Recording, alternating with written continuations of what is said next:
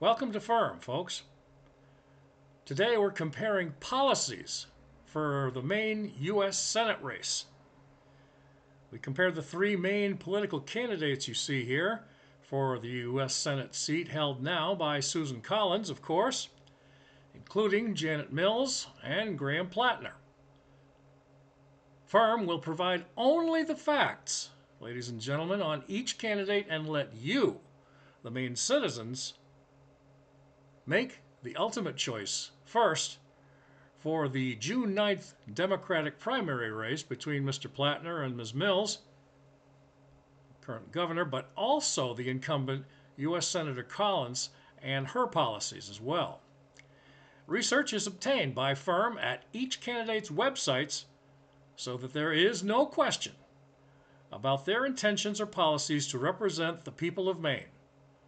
Firm, Fairness in Reporting Media, yours truly, Mark Merrill, have always been objective and will remain that way as long as this program and podcast remains on the air and promotes the First Amendment, protects it, and obeys the Bill of Rights, the Constitution, and the Declaration of Independence.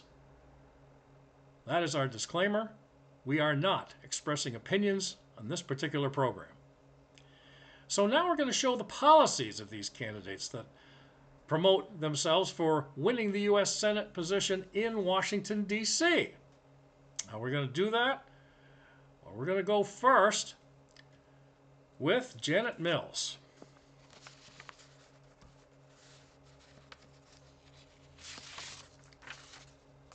As we bring her to the forefront, if you will.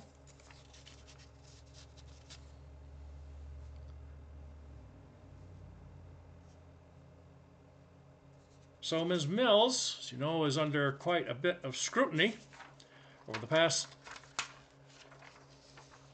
several years, or actually during the whole second half of her, or I should say second term of her tenure as governor of this state. There we are, make it look a little bit better. We'll bring the other candidates up as we move on to the other ones in succession. But to start things off with Janet Mills here, folks, she says, according to her website, and we're going to read some more, not just this introduction right here, she says she's Maine through and through and fights for us because she's one of us. And Janet doesn't just fight, she wins for Maine. Protecting our health care when politicians try to rip it away, taking on the drug companies fueling the opioid crisis, and defending our state from Donald Trump's attacks. Now, she says in her website, she's also running for U.S. Senate to fix what's broken in Washington, to lower costs for everyone, and to stand up to anyone who tries to hurt Maine people. Now, going on to her website, folks, as we look into more as to what she says, and by the way, that's janetmills.com, and we'll make sure that those notes are for all of the candidates at the end of our program in the comments section. You can certainly look it up at your leisure.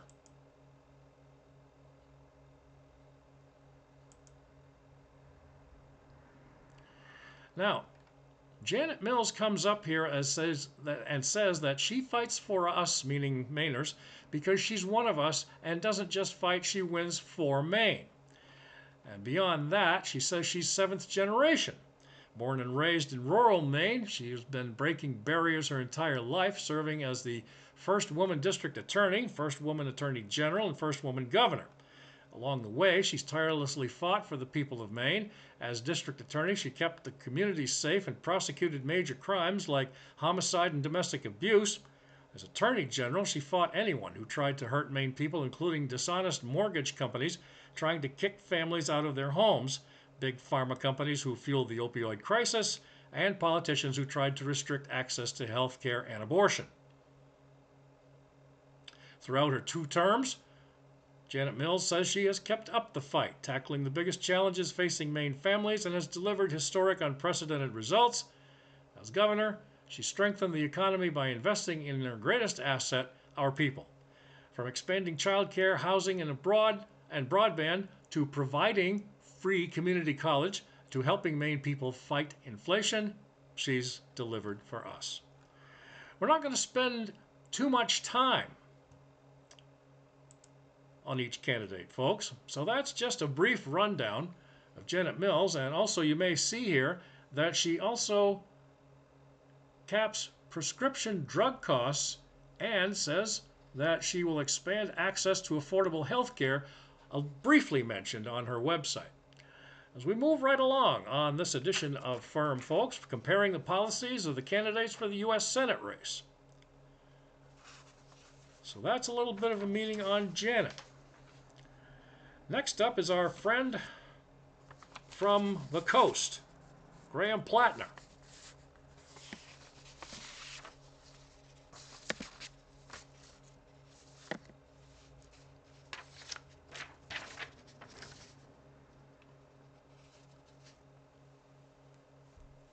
See if we can get his face a little bit closer. There we are, ladies and gentlemen. A rundown on Mr. Platner to start things off on his candidacy. He is a Marine and U.S. Army veteran, oyster farmer, and Democratic candidate running for U.S. Senate in Maine, running to defeat Susan Collins. And he says to begin on his website, defeat her billionaire backers and win back the seat for the working Mainers being priced out of homes. So, as we continue and move on to Mr. Platner's website, folks, and he is grahamforsenate.com. That's grahamforsenate.com. As we go into a little bit more on Mr. Platner here and his policies. He says, Mainers first, Maine always.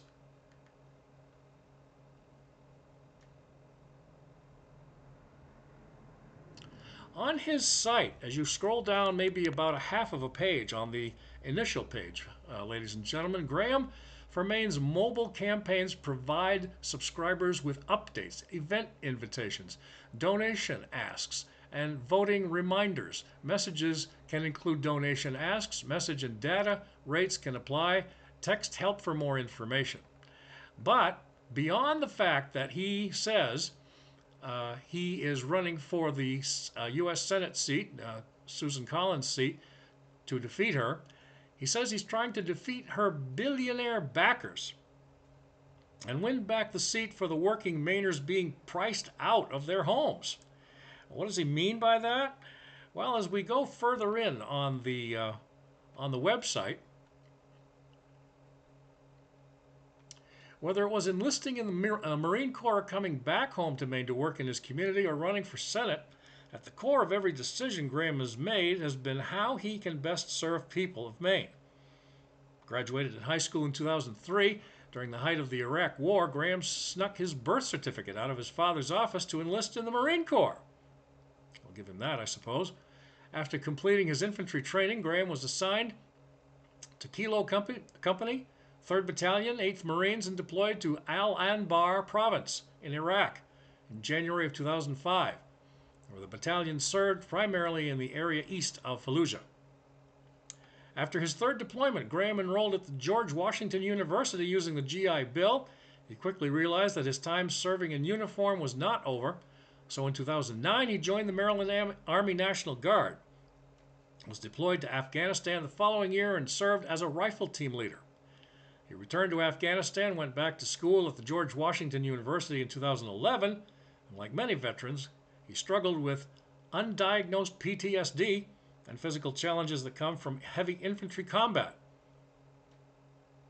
He eventually withdrew from George Washington University and moved back to Maine, where he used the resources from the Department of Veterans Affairs to get help. In 2018,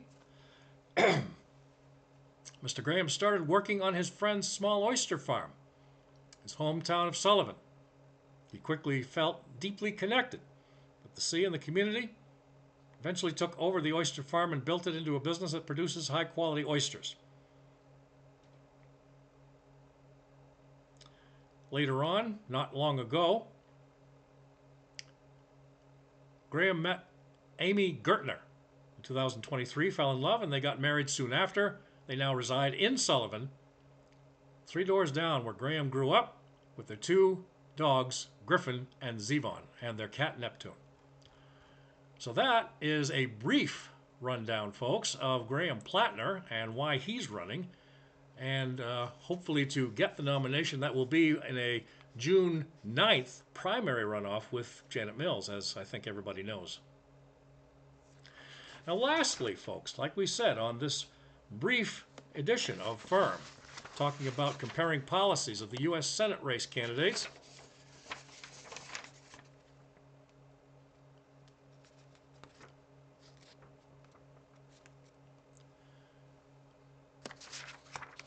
Susan Collins has been in the United States Senate for 7 terms, I believe.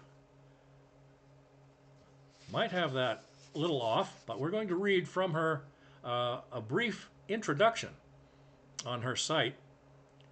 In 1996, she was elected to the Senate, succeeded Bill Cohen. You may remember Senator Bill Cohen. Re-elected in 2002, 2008, 2014, and 2020.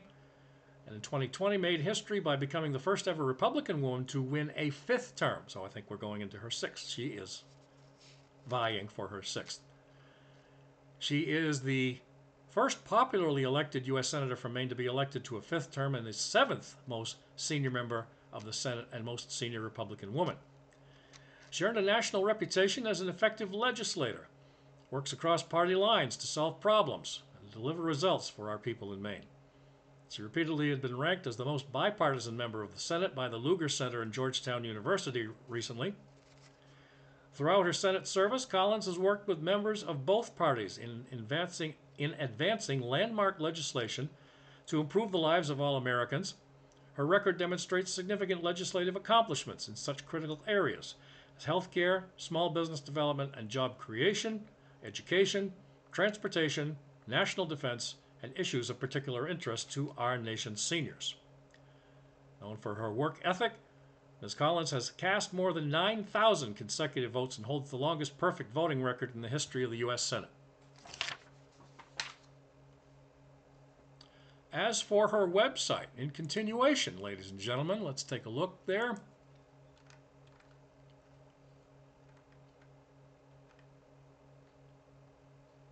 She, in 1987, after she had initially worked in Senator Cohen's offices in the Congress, United States Congress, she was appointed by Maine Governor John McKernan in 1987 as Commissioner of the Maine Department of Professional and Financial Regulation. In 1992, was appointed as Director of the Small Business Administration's Regional Office by President George H.W. Bush.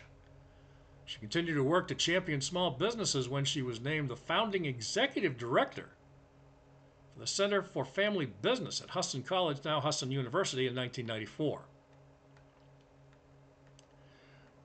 Throughout her service, Ms. Collins has worked with members of both parties, as we said, bipartisan, to advance landmark legislation. And her record demonstrates significant accomplishments in those critical areas that she is very proud of: small business development, health care, job creation, education, transportation, also national defense, and issues of particular interest to our nation's seniors. So that, ladies and gentlemen, is just a rundown of all 3 of the candidates right there. So it is certainly up to you, the voters. Certainly might want to take a look, and all 3. Oh, by the way, let's make sure that you know that that address for Ms. Collins. It's under collins.senate.gov for her. Like we said, we will certainly make sure and put those up for everybody, so you can go ahead and take a look at those websites and take care of business that way for you and your family and anybody else who plans on voting to make sure that they get their votes in correctly for whoever you want. Don't forget to vote on the June 9th primary for the Democratic side between Ms. Mills and Mr. Platner. That's our brief rundown, folks. Thank you for joining us on Firm for comparing policies for the U.S. Senate race.